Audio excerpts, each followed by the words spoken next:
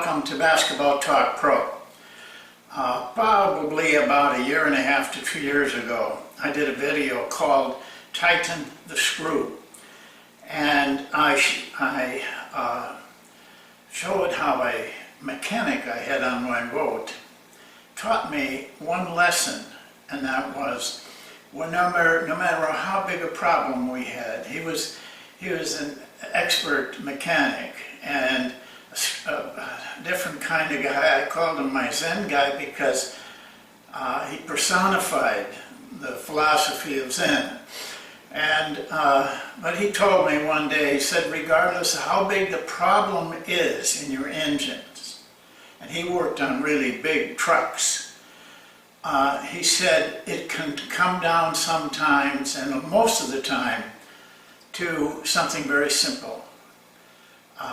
Just maybe tighten the screw, and your problem disappears regardless how big it is. And I believe that that's very true, and I've tried to follow that in my own coaching, my own life from then on. And I have found that there is some just small things that can change the big things completely.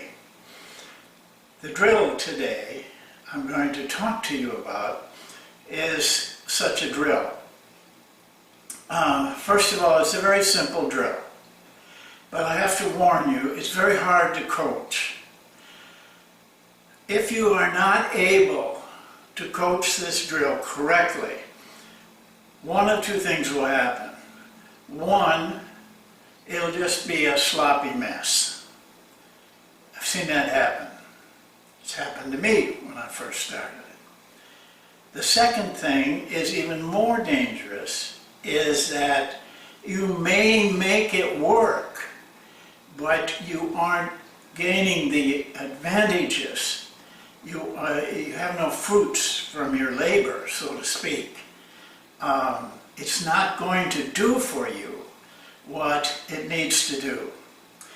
It's a very, very specific drill. It's a specific drill to one part of almost every offense, and that is a guard being able to get the ball to the wing in a position that is most effective for your offense. Anybody can get it in, but they may have to sacrifice so much position and time that the offense is not effective. It can beat you. It can really beat you in a game. You practice that play, you got it down perfect, it's wonderful, and then they don't let you get the ball there. And you haven't got anything to do for it. Yes, you could have counters, but think about this when you run counters, and they're good things, we have them, but some people overdo them because it's easier. And usually the counter takes you, if not out of your play, at least playing it differently.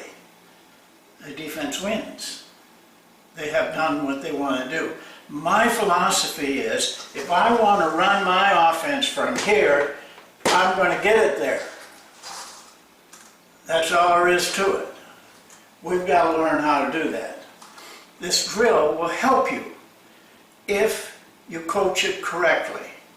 You have to be demanding, and you have to insist on discipline in certain areas. Not all offenses, of course, need this so specific, but I'd say most do. Now, Tex Winter and Phil Jackson with the triangle, they used to start it out here, sometimes way up. In that offense, they didn't seem to think that that affected them. I would like to see some data on that, because when I saw them a lot do that, Michael Jordan was right over here. and it was easy for them to go to the weak side, which is one of their more powerful parts of the triangle. That was fine. But then in Los Angeles, this was Shaq. And it appeared to me that when that guy was too far out, it took Shaq out of the feeding position that he needed to have. Because, you know, he's about an 8-foot player. Anything outside of that, he's ineffective. So he would have had to come out a little bit to get the ball. And their corner play also was effective. So it was fine coming back this way, but they took that part, I wouldn't say they took it away, but it seemed to me that it was less effective.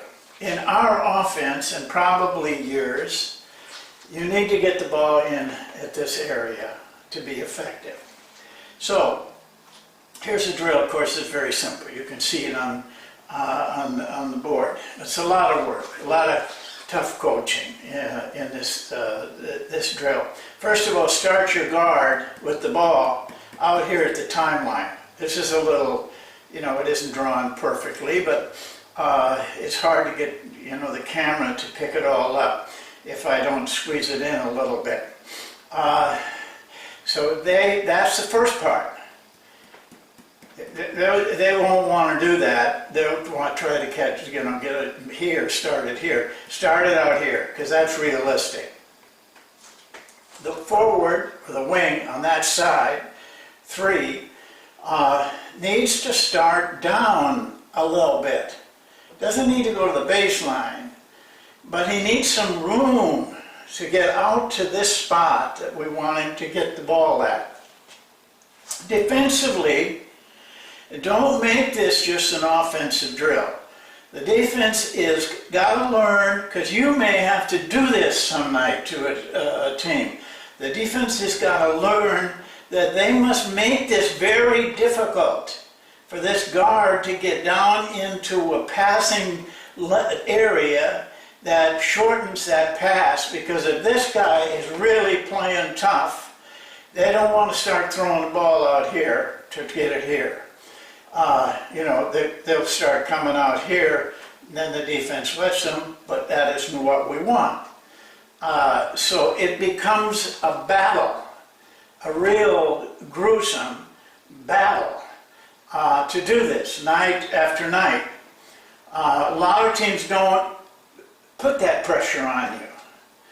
But if they do, in a tournament game, for example, and you got to have the win, they could take it away from you with just that little play right there. I've seen NBA teams ruin other NBA. By the way, the same 2 gentlemen I talked about used this defensively against Orlando when Shaq was playing there and destroyed them.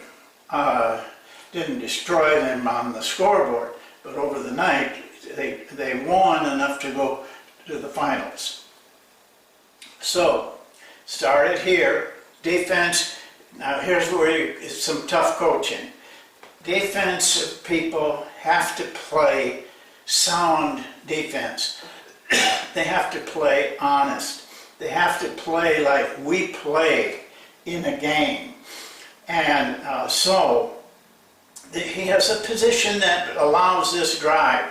We don't allow this guy to drive. I mean, in a game, you got guys over here. And I don't want this guy to have to start playing over here to stop it, because that isn't how I want him to play. So he must play here. You have to discipline them. You have to demand that they play that way. Now, to get the ball down here is an art. Tough. It's very tough. Bigger, stronger guards can do it. I've had guards that this is never a bother. I mean, they just make it disappear. But they're not all that way. They're either very experienced or very strong. You know, it ends up, they have to do kind of a crab it in. It slows it down a little bit. But you have to do it that way. You don't want to, I'd like to get them down quick and be able to start earlier, but these guys over here probably aren't ready. So yeah, you get it in good, but these guys aren't ready, so the play is mixed up. So you have to do two things. You try to get it down early, but if the team isn't set, then you got to back it off and push it in. How do you teach that? Well, I just kind of let the players figure it out. I mean, there isn't a technique may work for one player. The next guy can't do it. And so you don't want 4 or 5 different techniques. My tendency is to just tell them, you got to do it. And let them find their way. I mean, they got to put something into the game. And generally they are. You underestimate players' ability when forced to go on their own and find a way, how clever they can be. They will find a way that is natural for them. The key is this: they have to get it in to the position where it's not a long pass. Second part of this is, this guy has got to have patience. If he's having trouble, he's got to wait. He has got to wait till that passer is in the right position. Now he has a job to do. He's got to make a cut that gets him the ball here. This has got to be a quick pass. It's got to hit him when he's open. You can't see him, think, and then pass it. When he flashes open, you got to get it to him, because this man is going to be right there. Defensively, we tell our people to play correct on this. If he's down here, you're a little bit ahead. If he comes into you, you give some ground. But you got to beat him out here. You got to beat him out here and make him go here to get the ball. And most players, if they're not coached correctly, will take the easy way. If you make this tough, they'll just go out here. They don't care, you see. But by going out there, the play doesn't work. All of a sudden, it's ineffective. And you wonder, whoa, you got all kinds of people telling you what's wrong. You're thinking, oh, it's simple. You didn't get the ball in the right place. You have to coach the offense and the defense at the same time. You cannot let them get sloppy. You must demand that they stay with what you're doing. You have to see when the defense is wrong. You have to see when the offense is wrong. You can't just coach one part of this. Or, I'm just telling you, you're not going to get much out of the drill.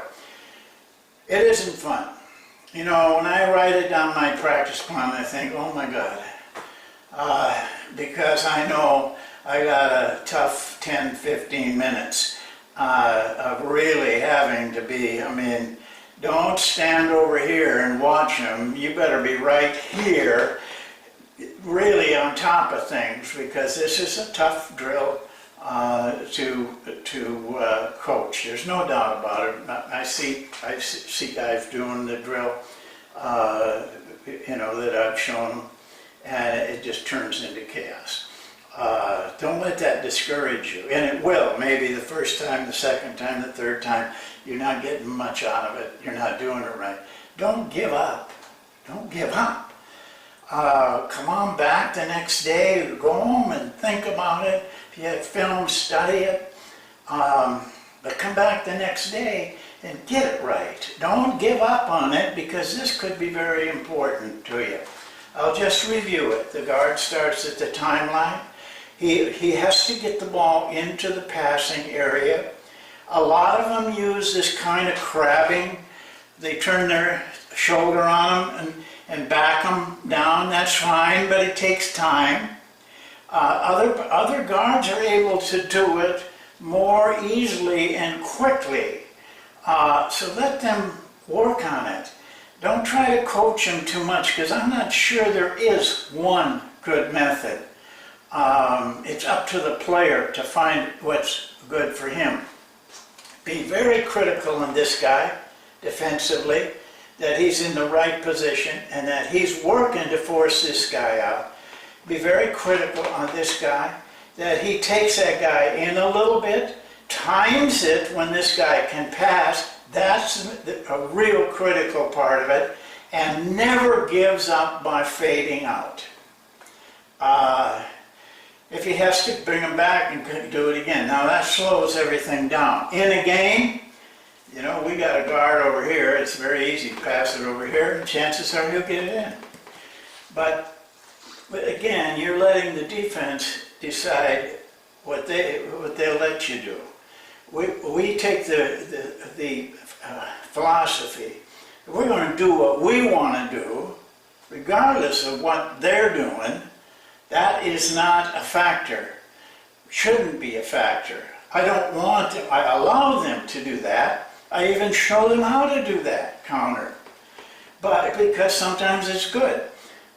But I want them tough enough. So if I call a timeout with 10 seconds in the clock, and I want this to happen, that this guy's tough enough to get it done. And this guy's smart enough to time it correctly, regardless of how they play us on defense. It's a great drill. Tough to coach, but it's a great drill for your players. Well, that's it for today. Thanks for watching. We've got 4 more drills to do. Don't forget, I give you the book.